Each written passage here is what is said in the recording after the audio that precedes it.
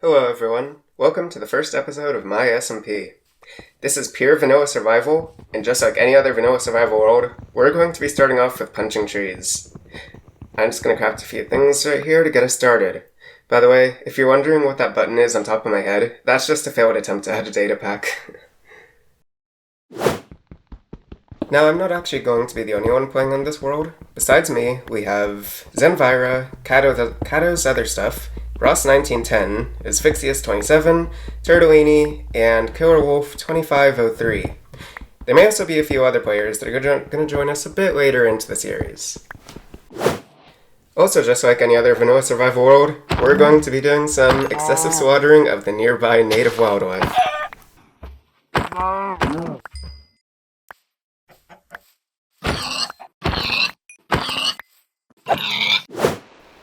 Wow, there's a thunderstorm on the very first night of the SMP. I wonder if that's a bad omen.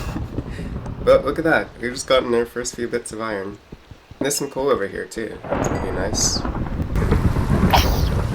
Oh no. Oh, this is not good, I hate baby zombies. Oh, we got him. Now we're just gonna have to fight his dad.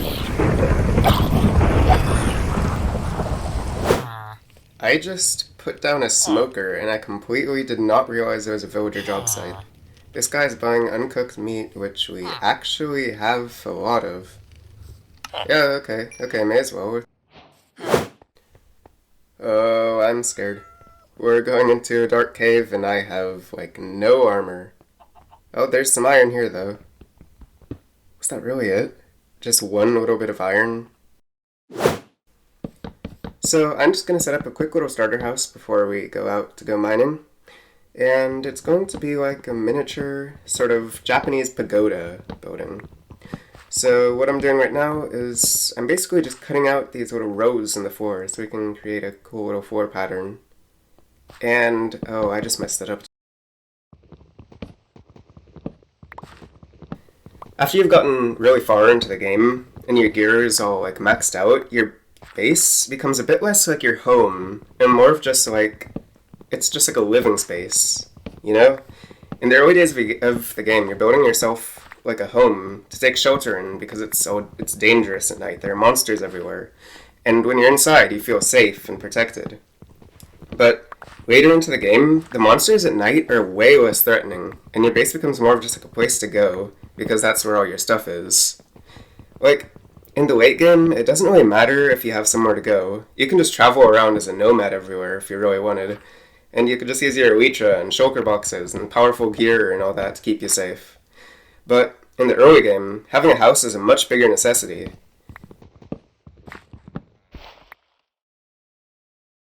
I'm just putting these oak logs in between here like this. And I know it looks a bit ugly when they're first in, but what we're going to do is go back through and just strip them like this. That shield is really getting in the way, hold on. And I'm just going to have to do that down all of these little lines we carved out to get this nice sort of crisscrossing pattern. And once they're all in, I'm just going to quickly go back through and start stripping them. Wait, what? Oh, I had no idea stripping logs wore down axe durability. I'll just use this one instead, it's about to break anyways. I'm going to go along and strip this strip too. And I'll strip this strip. Okay, and there we go. So next what I'm going to do is just put together the walls, and they're going to be 4 blocks tall like this one. And what I'm doing is just alternating between the different wood types in this kind of pattern, like spruce, oak, birch, oak, and then back to spruce. Oh, that's not spruce. There we go. And now I'm going to head over here and strip these all down. This shield is seriously getting in the way. Okay, and then we strip this whole row, and there we go. That looks nice. And now I'm just going to do that on the other side like this. Oak, birch, oak again. And then we're going to go back to spruce. And we'll hop down and strip them, and oh great. Oh, now we're on to axe number, what is it, axe number 5. Oh, just watch how satisfying this is. Hold on. Oh, yeah.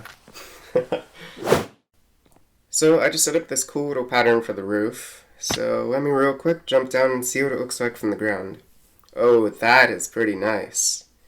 I need to go pretty far all the way over here in order to see what it looks like. Let me go back a little further.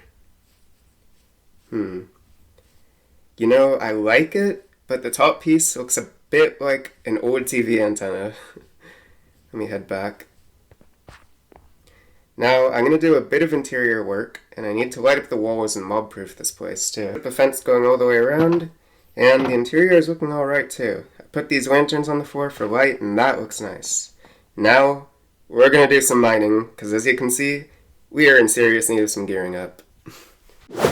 Before we can go mining, I actually need to set up a quick little iron farm. And in order to do that, I need to get 3 of these villagers into their little holding cells. Come on, let me get the minecart. I'll move it. Oh, come on. Okay, I think we can finally get it now. Okay, there we go. Now, the reason we need an iron farm is because of a little trick I really want to try during our mining session. Okay, second dude is in. And this guy actually let me get the minecart for once.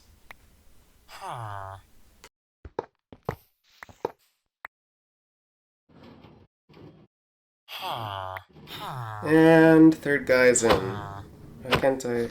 Oh, I really need to sort my inventory.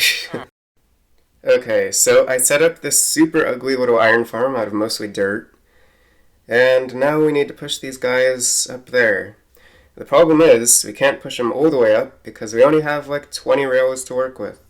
So we're just gonna have to push them up like this, bit by bit. And we'll just shove this guy all the way to the top here.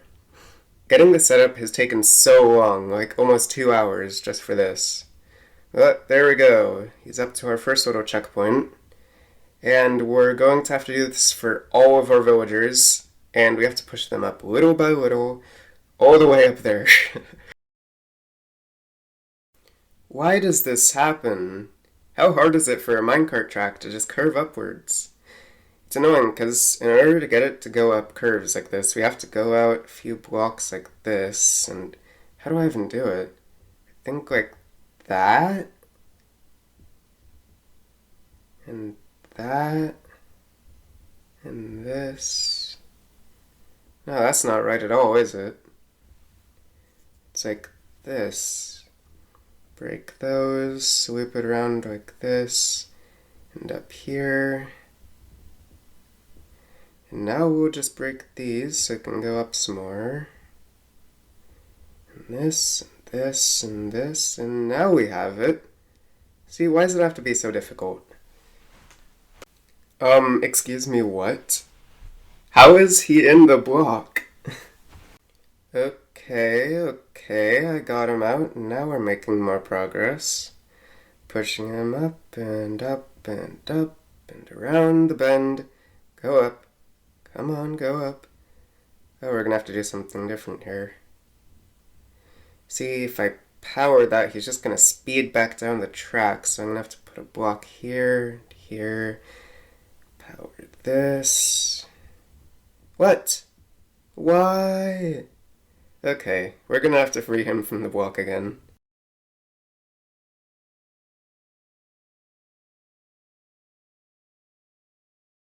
We'll just break this. Don't fall, don't fall.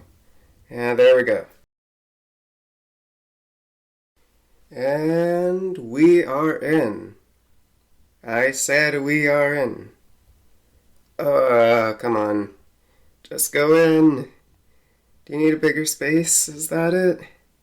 Can you go in now? Okay, yes you can.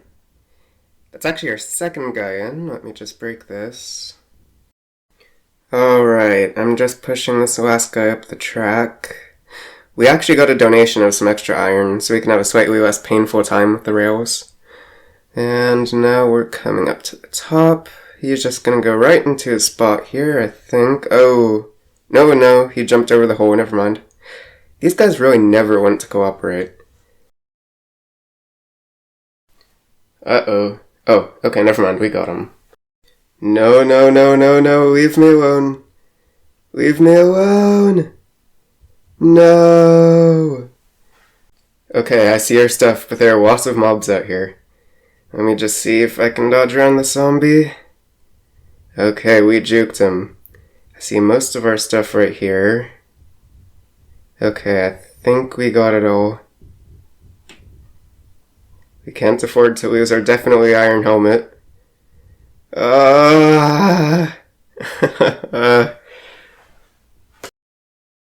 Okay, we managed to get most of our stuff back now. As you can see, we lost our armor, but it's okay because we still have our definitely iron helmet. I'm just putting these signs in here, which we're about to use to do some strange magic wizardry. Nope. No, this makes perfect sense. I mean, this is how it would work in real life, isn't it? Oh, how are we gonna get out of here? The iron golems are getting stuck on the ledge up there somehow. I think I'm gonna need to make some kind of edits up there. But other than that, the farm seems to be working. Okay, I managed to fix the problem, and now the golems are dropping into the lava pit as normal. Alright, I went AFK for a while. Let's see our iron levels. Oh, that is a lot of iron. Well, with all that, I think it's about time we finally go mining for the first time. So I've just moved a whole bunch of iron and sticks down here, and I'm just going to go ahead and break this. Now, the reason we're doing this, if you haven't guessed yet, is because we're going to be making a whole bunch of rails. Well, with that, let's get started with our mining. So for this mining session, I really wanted to try using minecarts the way they were intended, so that you could bring them along with you while mining and have some extra storage with you with the chest minecarts. This, unsurprisingly, turned out to be extremely inefficient and extremely annoying. You have to take the extra time to place down the rails every time you move forward, which already slows things down by a lot. But beyond that, every time I would try to move the minecarts, they would just go shooting off in the opposite direction, and I'd have to run back after them. Honestly, it was like going on a long hike with a couple of rebellious children that you'd have to drag by the wrists to make any sort of progress, and they would run off at every opportunity they got. Now, you might also be wondering, while watching this, why didn't I use any powered rails? Well, for one, I would have needed a ton of them in order to power the track, and I didn't have any gold or redstone that I needed for them. And also, we're not actually going to need any powered rails on the way back, but I'll get into that a bit later. But anyways, the main problem I have with the minecart system is that it's supposed to help you with mining, but in order to even set up the rails in your mine, you have to have so much iron that you wouldn't even normally have for your first few mining sessions. And it's those first few mining sessions that you would benefit the most from having them. The whole point of bringing along stuff like minecart chests is that so you can have more storage with you on the go. But later in the game you have shulker boxes that do the same thing but much more easily and much more efficiently. And honestly, it would be much, much faster to go through the entire game, beat the Ender Dragon, go to the End Islands, and fight some shulkers, than it would be to gather enough iron for a chest minecart system. Maybe it's a little bit of a safer option, but it just takes so much longer and is nowhere near worth it in the long run.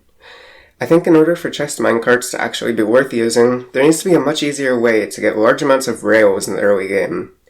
And besides that, maybe some extra additions to the minecart mechanics could be nice. Like, I'm thinking maybe if there are rails inside of a hopper minecart, it'll automatically lay one down and it goes over a block without one. Or just some kind of new minecart that does the same thing. Another thing I want to see with the minecarts is a way to pull them, like maybe using leads. That way you can focus on mining forwards, and behind you, you can pull along your track-laying minecart and all your chest minecarts carrying all your stuff. And maybe there can be some kind of system where if you have a hopper minecart between a chest and a furnace minecart in your little train, it can actually funnel ores into the furnace minecart and smoke them on the go. I don't really know, but just changes like that would make the whole thing so much better. And 1.17, with all of its changes to the underground, would be the perfect time to add things like that. And as much as I complain about them, I really love the different minecarts, and I really wish they can get updated so there can actually be more reason to use them. We're just going back to the base real quick because I completely ran out of food. Wow, how am I actually going so fast? The other minecart just bumped me and I'm going as fast as a car. Alright, we have our food and we're on our way back now. How does getting hit by another minecart make us go so fast? I know I'm not complaining because we're going to get there faster, but still. Well, let's get back into the time lapse. So as nice as our little pagoda house is, that was obviously only the starter base we're going to be living in for our first few episodes. Once we've gotten a bit more geared out and are ready to move out of the starter house, we're going to begin building up a big mega base that we're going to be working on throughout the series. Now I have some big plans for this mega base. What I'm envisioning is a big, dark, and futuristic yet industrial city with all of our farms inside of the buildings. Now, unlike most futuristic builds, the city is not going to be much of a pretty utopia. It's going to be more of a big corporate-owned city, spewing out all of the toxins and pollutants from its farms run overtime for maximum productivity straight into the environment. Now, contradictory to this, the farms inside the buildings aren't going to be particularly the most efficient possible designs. Instead, I want the farms to be more of an experience, where you can walk into each building and see the farms working and all of the items going over, like conveyor belts and up water tubes all around the room. You could say the farms and machines will be much more for show than the actual items produced. So for the location, there's actually a swamp biome pretty close to spawn that we're going to build in. Now normally swamps are one of the worst places to make builds because any grass or water or trees you have in your build are going to turn a horrible, muddy olive green color that ruins a lot of builds. But for ours, that dirty, sort of contaminated look is exactly what we're going for. And it'll only add to the story of the city as each of the buildings will have big tubes running off of them, pumping their sludge into the ground and poisoning the land. I'm super excited to get working on this, so make sure to stick around if you want to watch this project unfold. And now for the part we've all been waiting for. Well, at least it's the part I've been waiting for. So what we're gonna do is get all of our minecarts in a row like this, and then put a furnace minecart in front of them like this, and get out our coal, and click to send it into the wall. And we're gonna get in, and click, and off we go. Guys, we have just made a working train in Minecraft. Look, the furnace minecart is pulling us along with all of our minecart chests. This is like the coolest thing ever. See, this is part of the reason why I really like minecarts in Minecraft. You can do all of these things that like most people don't even know are in the game. Like, imagine if you had this and a huge railroad around your base, or like some kind of railroad that connected your friends' bases together, and you just have these trains going around you can store your stuff in, and just like, you can just hop on them and travel around. Like, just imagine how cool that would be. Has anyone else, as a kid, just searched up something like Minecraft train, hoping to find a real train in Minecraft? Uh-oh. Oh, this guy's shooting at us. He can't break the train, can he? This thing really isn't very fast, is it? A skeleton can literally outspeed us. No, he's hitting me. Leave me alone. I think we're losing him. Yeah, he's out of range. Well, anyways, as I was saying, have you ever searched up Minecraft trains, but all you can find are people just building model trains that don't move, or just single minecart railroads or something like that, and it was super disappointing? Okay, maybe that was just me. But the point is, there are trains in Minecraft. I don't know when this was added, but I never hear people talking about this feature. To be fair, it is a little bit buggy, because if the train goes uphill or downhill it breaks, and if it makes a turn it breaks, so that's why we couldn't have any turns or slopes on our path. But it's still such a cool feature. Anyways, that's where I'm going to end today's video. I hope you guys enjoyed, and the next episode will be out later this week. So, if you want to see what happens next, be sure to subscribe so the next video will show up in your recommended when it comes out. And if you know someone else who'd be interested, maybe let them know about it too. But for now, goodbye.